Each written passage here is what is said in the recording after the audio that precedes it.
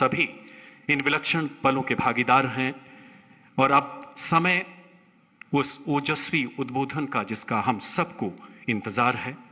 May I now request the Honorable Prime Minister of India, Shri Narendra Modi ji, for the keynote address.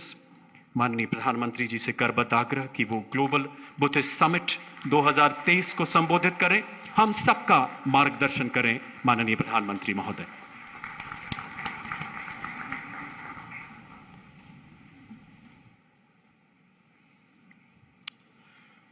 नमो बुद्धाय।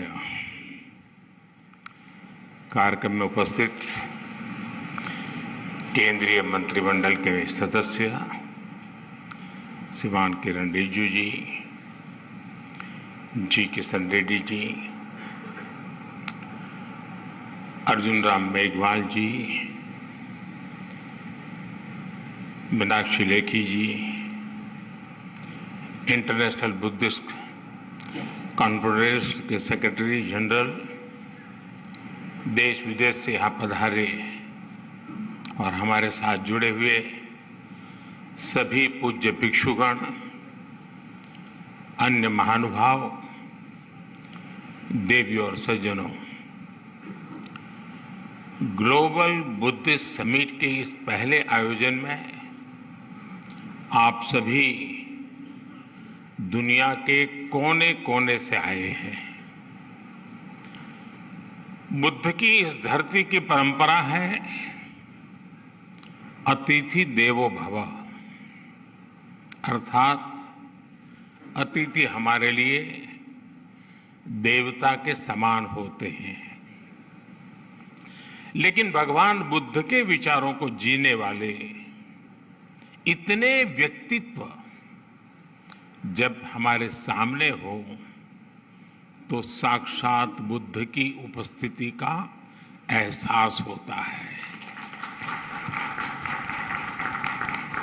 क्योंकि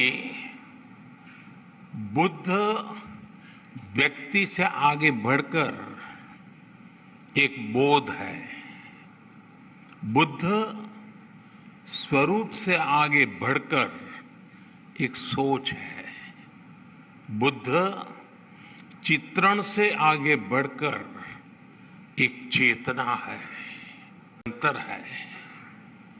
ये सोच शाश्वत है, ये बोध अविस्मरणीय है।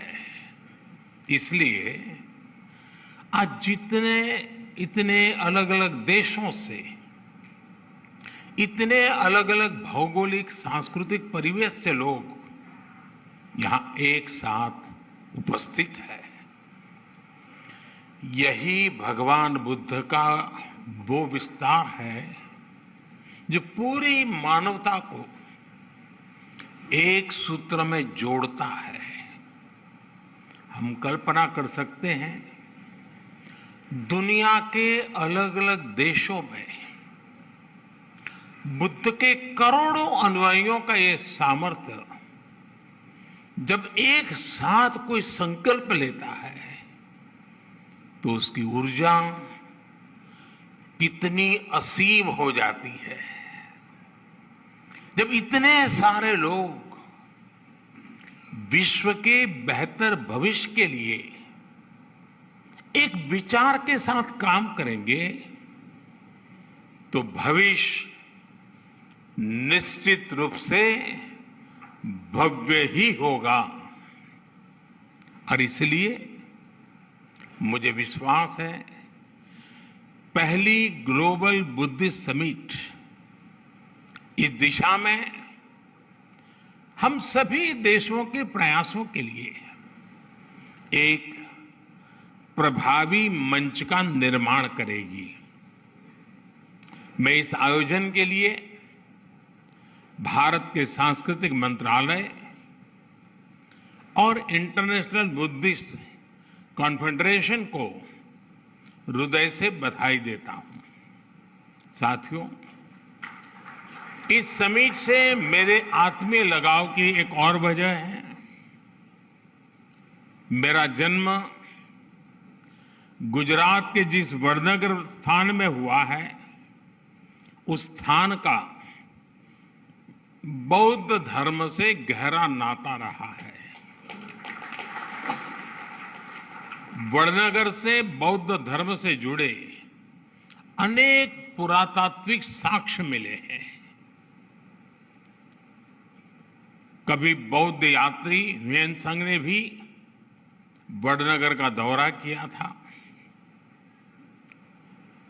और यहां पर मैंने जब प्रदर्शनी देखी, एक्सकेवेशन में जो चीजें लगी हैं, बहुत सारी चीजें विस्तार से यहां रखी हुई है।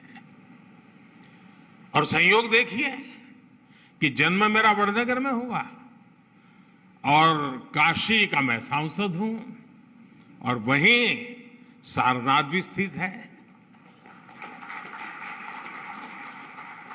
साथियों, ग्लोबल बुद्धिस्ट समिट की मेजबानी का एक ऐसे समय में हो रही है जब भारत ने अपनी आजादी के 75 वर्ष पूरे किए हैं। भारत अपनी आजादी का अमृत महोत्सव मना रहा है।